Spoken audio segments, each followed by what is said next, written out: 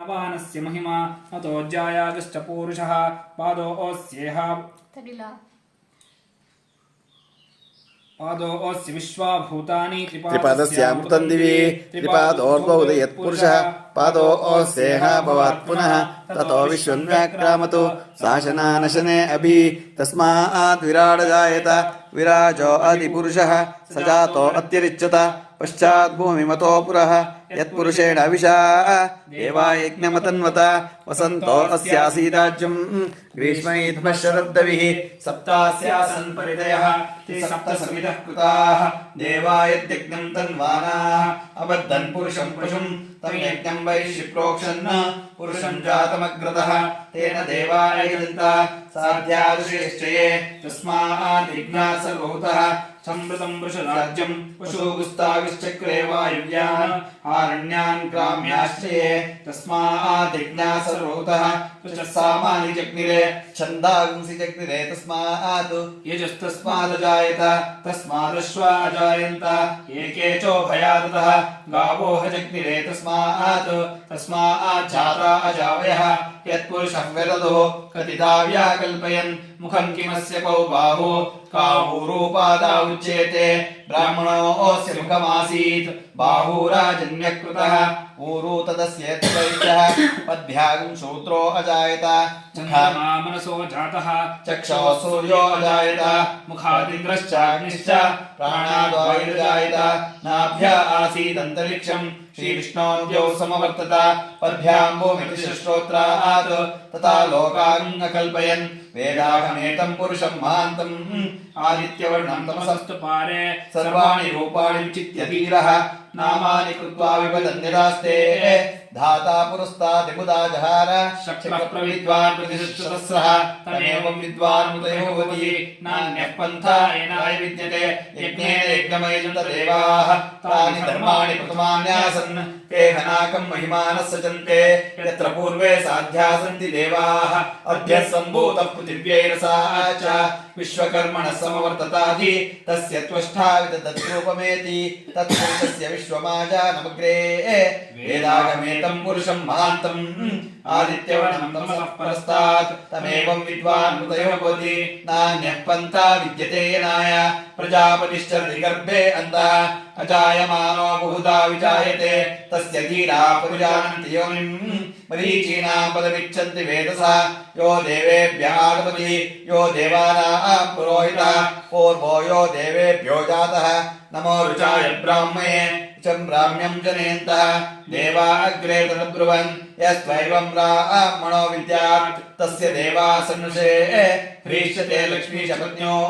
अहोरात्रे पार्श्वे नक्षत्राणि रूपम् अश्विनौ व्यात्तम् इष्टं मनिषाण अमुं मनिषाण सर्वं मनिषाण ओम तच्चयोरारुणीमे गातुं यज्ञाय गातुं यज्ञपते देवी स्वस्तिरस्तु नः स्वस्तिर्मानुषेभ्यः ऊर्ध्वं जिगातु पेशिषं शन्नो अस्तु द्विपदे चतुष्पदे ओम शान्ति शान्ति शान्तिः मोदराय नमः विकटाय नमः विघ्नराजाय नमः धूम्रकेतवे नमः गणाध्यक्षाय नमः पालचन्द्राय नमः कुमारपूर्वाय नमः मूषकवाहनाय नमः ईशपुत्राय नमः सर्वसिद्धिप्रदायकाय नमः केशवाय नमः नारायणाय नमः माधवाय नमः गोविन्दाय नमः विष्णुवे नमः वसुधराय नमः त्रिविक्रमाय नमः वामनाय नमः श्रीधराय नमः ऋषिकेशवाय नमः पद्मनाभाय नमः दामोदराय नमः संकर्षणाय नमः वासुदेवाय नमः प्रद्युम्नाय नमः अनिरुद्धाय नमः पुरुषोत्तमाय नमः वृक्षाय नमः नरसिंहाय नमः अच्युताय नमः जनार्दनाय नमः उपेन्द्राय नमः हरये नमः श्रीकृष्णाय नमः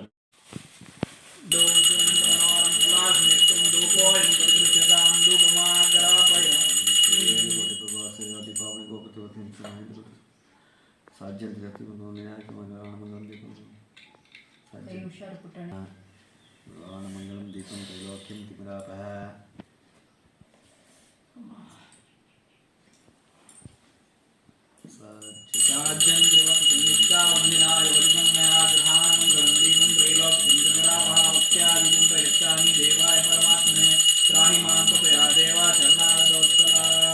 सांघाय सायदाय समानाय सर्वालंकार भूषिताय इति नित्यदेवताभ्यो नमः पंचांगदेवताभ्यो नमः उत्तर नीराजनं समर्पयामि नीराजनानन्तरम् आचमनं समर्पयामि आचमनानन्तरं परिमलपत्रपुष्पाणि समर्पयामि दैवतारक्षां धारयामि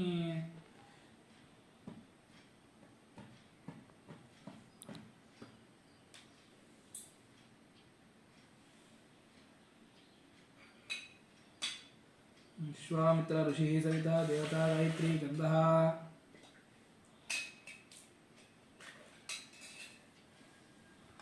भूर्भुवस्वहं तत्सवितुर्वरेण्यं ದೇವ್ ಮೇಲೆ ಹಾಕಿ गो देवस्य धीमहि धियो यो नः प्रचोदयात् ಏಯ್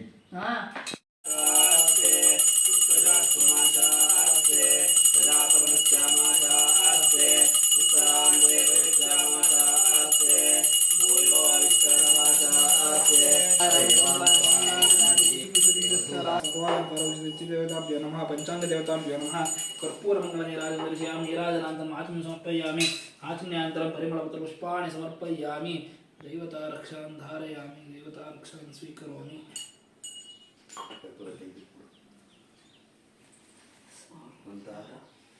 ಸಂವತ್ಸರ ಫಲಂ ವಿಶ್ವಾವಸು ನಾಮ ಸಂವತ್ಸರದಲ್ಲಿ ಮೇಘಗಳು ಪ್ರಬಲವಾಗಿ ಗರ್ಜಿಸುತ್ತಾ ಮಳೆಯನ್ನು ಸುರಿಸುತ್ತವೆ ಭೂಮಿಯು ಪೈರುಗಳಿಂದ ಕಂಗೊಳಿಸುತ್ತವೆ ಯಜ್ಞ ಯಾಗಾದಿಗಳು ಸತ್ಕರ್ಮಗಳು ನಡೆಯುತ್ತವೆ ಅಂಗದೇಶ ಮಗಧ ದೇಶಗಳಲ್ಲಿ ಕಳ್ಳರಿಂದ ಜನರು ಪೀಡಿತರಾಗುತ್ತಾರೆ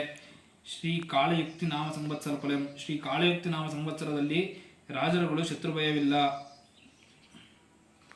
ಸಂವತ್ಸರದಲ್ಲಿ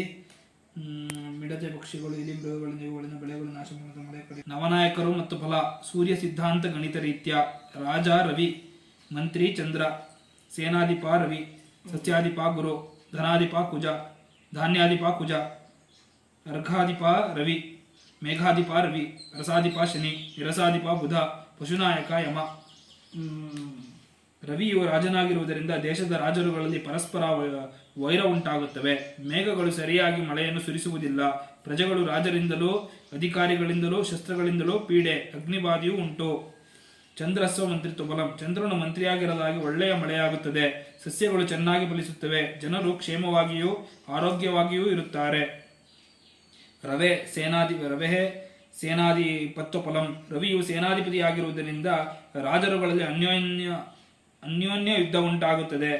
ಮೇಘಗಳು ಗಾಳಿಯಿಂದ ಚದುರಿಸಲ್ಪಟ್ಟ ಮಳೆಯನ್ನು ಸುರಿಸುವುದಿಲ್ಲ ಭೂಮಿಯಲ್ಲಿ ಕೆಂಪು ಧಾನ್ಯಗಳು ಚೆನ್ನಾಗಿ ಫಲಿಸುತ್ತವೆ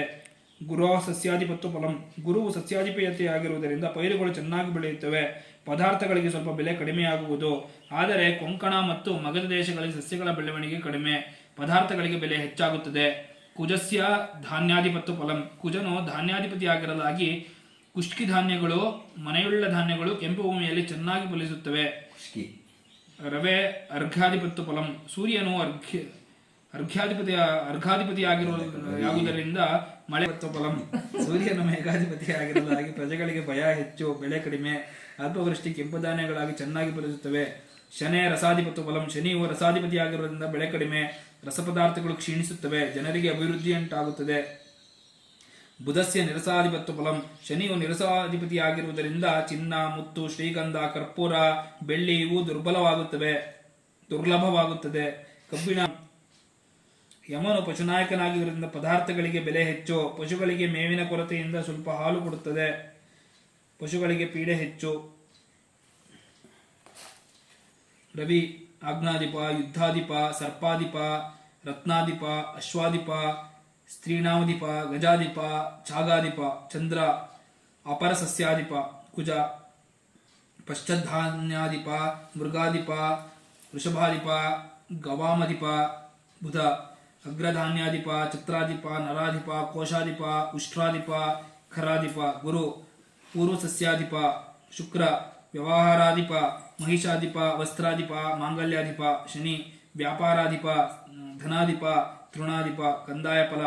ಕಂದಾಯದ ಸಂಖ್ಯೆ ಹೆಚ್ಚಿದಷ್ಟು ಫಲ ಹೆಚ್ಚು ಬೆಸನಾದರೆ ದ್ರವ್ಯ ಲಾಭ ಸಮನಾದರೆ ಮಧ್ಯಮ 0 ಆದರೆ ನಿಷ್ಫಲ ಮೊದಲನೆಯ ಕಂದ 0 ಆದರೆ ರೋಗ ಭಯ ಎರಡನೆಯ 0 ಆದರೆ ಮಹಾಭಯ ಮೂರನೆಯ 0 ಆದರೆ ಧನಹಾನಿ 3 ಆದರೆ ಮಹಾ ಕಷ್ಟ ಮೊದಲನೇ ಕಂದಾಯ ಚೈತ್ರಾದಿ 4 ತಿಂಗಳು ಎರಡನೇ ಕಂದಾಯ ಶ್ರಾವಣದ ಮೊದಲ 4 ತಿಂಗಳು ಮೂರನೇ ಕಂದಾಯ ಮಾರ್ಗಶೀರ್ಷ ಮೊದಲು 4 ತಿಂಗಳು ಫಲವನ್ನು ಕೊಡುತ್ತದೆ. ಯಾವ್ದು